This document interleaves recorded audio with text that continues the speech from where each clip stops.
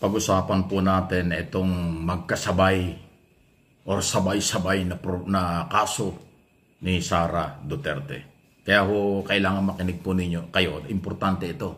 May mga nagtatanong at may mga speculation ngayon na baka daw hindi na matuloy yung impeachment trial kasi huhulihin si Sara dahil sa crime against humanity doon sa ICC.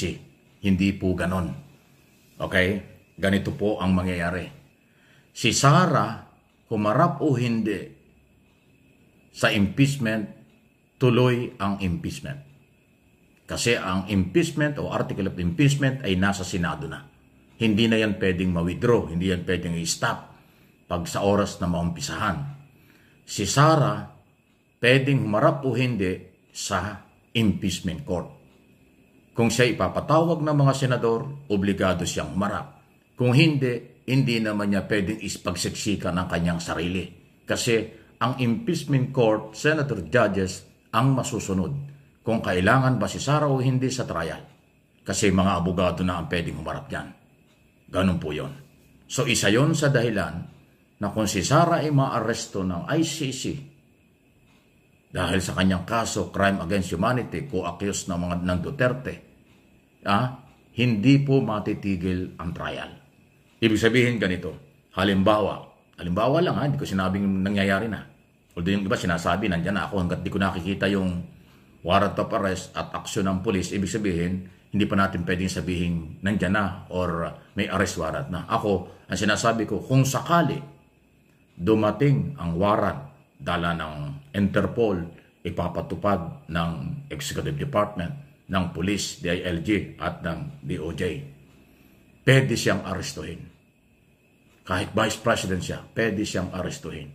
Kasi ang kapangyarihan ng ICC ay na nga po mag-imbestiga, maglitis ng mga head of state, mga matataas na opisalis ng pamahalaan sa buong mundo. So kahit siya ay Vice President, pwede siyang mahuli. At pag siya nahuli, halimbawa nahuli, nadala sa dahig, tuloy pa rin ang trial. Kasi ang trial ng impeachment trial, administrative case lang yan. Pag-removal, pagtanggal sa posisyon ang impeachment. Walang jail, walang pagkakakulong. Walang authority ang Senado magpakulong. Ang authority ng impeachment court ay magtanggal lang sa posisyon. Actually, na-impeach na si Sara sa Kongreso. Na-impeach na siya. Pero sa ilalim ng proseso, na-impeach sa Kongreso, pero kailangan patunayan at magkaroon ng trial sa Senado. Yun yung pinali. Halimbawa, okay, si Sara ay guilty. Tanggal na as Vice President kung yan ang magiging desisyon ng Senado after ng trial. Hindi na siya makakaroon ng kahit anong posisyon sa gobyerno. Ban na sa anumang public office. Okay? Kung halimbawa naman ay acquittal siya, hindi na patunayang guilty sa impeachment trial, pero siya ay nakulong at nasa ICC, hindi magagamit yung acquittal para acquittal niya sa impeachment para i-release ng ICC kasi walang jurisdiction at walang pakialam ang ICC sa internal problem ng Pilipinas. So hindi sila manghihimasok sa local court kung nasa korte at impeachment administrative issue sa Philippine government. At ang Pilipinas, wala naman. Halimbawa, acquittal. Si Sara sa impeachment. Walang magagawa ang Philippine government na palabasin si Sara sa ICC kung sakaling makukulong kasi dahil sa acquittal, hindi. Kung guilty naman, wala rin. Kaya ano man ang mangyari sa impeachment, trial ni Sara Duterte. Pero kung siya naman ay makukontrol at mahuhuli at ikukulong ng ICC, wala rin. Ibig sabihin, wala rin magagawa ang Philippine government. Diba? Kung acquittal siya, pwede siyang tumakbo sa susunod na mga eleksyon, kaya lang nakakulong siya sa ICC. Kaya paano kung halimbawa, hindi ko sinabing mangyayari, kung halimbawa, guilty, 30 years na makakukulong, medyo matagal-tagal yun. Ganun po. So, para sa inyong kaalaman, hindi apektado ang mga kaso sa NBI, DOJ, o papunta sa korte ng mga problema ni Sara. Hindi rin apektado ang impeachment trial.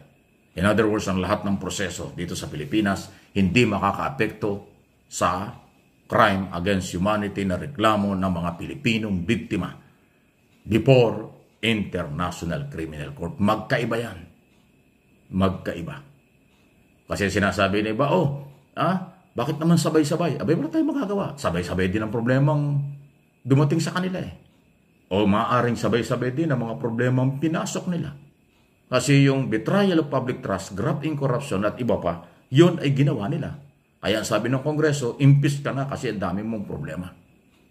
Yung alleged crime against humanity, reklamo yan, papatunayan pa, magta-trial, another problem na hindi pwedeng ibaliwala. Ganun po. So, saan ang galing ang problema? Hindi sa gobyerno, hindi sa ICC. Dahil ang gobyerno nagpapatupad lang ng batas. Ang ICC sumunod lang sa batas nila. Dahil ang reklamo o complainant ay mga Pilipino, biktima ng tukhang umano ng mga Duterte. Kasama si Sara nang siya ay mayor. Huwag nating kalimutan, baka akala nyo nung si Presidente lang, Duterte lang ay Pangulo, doon nag-umpisa ang issue. Hindi po. Mayor pa lang sila.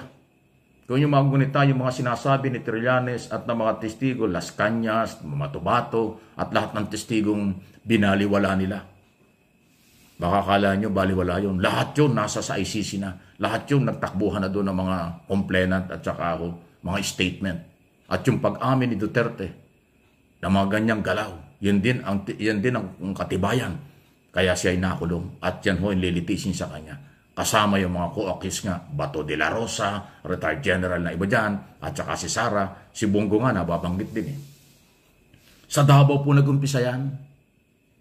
Hindi naman ng pagiging Pangulo. Nung araw sa Davao lang, local lang. Pero nung maging Pangulo si Duterte, naging national na hindi naman ho pwedeng i-deny. Kitang-kita ng buong mundo ang war against drugs, human rights violation, tukhang double barrel case o nalabanan. Ayun po yan. So, sino ang may kasalanan? Sila rin. So, ang korte, ang maglilitis local at international, at siyempre, ang impeachment trial. So, yan, alam na ninyo. Tuloy ang impeachment kahit anong mangyari kay Sara sa ICC. Tuloy din ang ICC kahit anong mangyari sa impeachment. Ibig sabihin, vice versa. Hindi pwedeng tanggihan. Pwede nilang labanan. Legal process. Due process. Pero sabay yan. Sino mauna? Sino man ang mauna, parehong magkakaroon niya ng resulta. Hindi pwedeng itigil ang impeachment. Hindi rin pwedeng mawala at itigil ang trial sa ICC. Kasi nandun na yung kaso. Ganyan po, mahaba-habang proseso yan. So tuloy ang impeachment, tuloy ang trial sa korte, kung papunta ng korte kasi may supwena na siya. Pag hindi niya na-justify kung bakit siya hindi dapat kasuhan, itutuloy ng prosecutors ang pagpapail ng kaso sa korte. Doon po sa inciting to sedition at iba pa against Sara Duterte sa local court. Doon naman sa ICC, alam na natin, crime against humanity.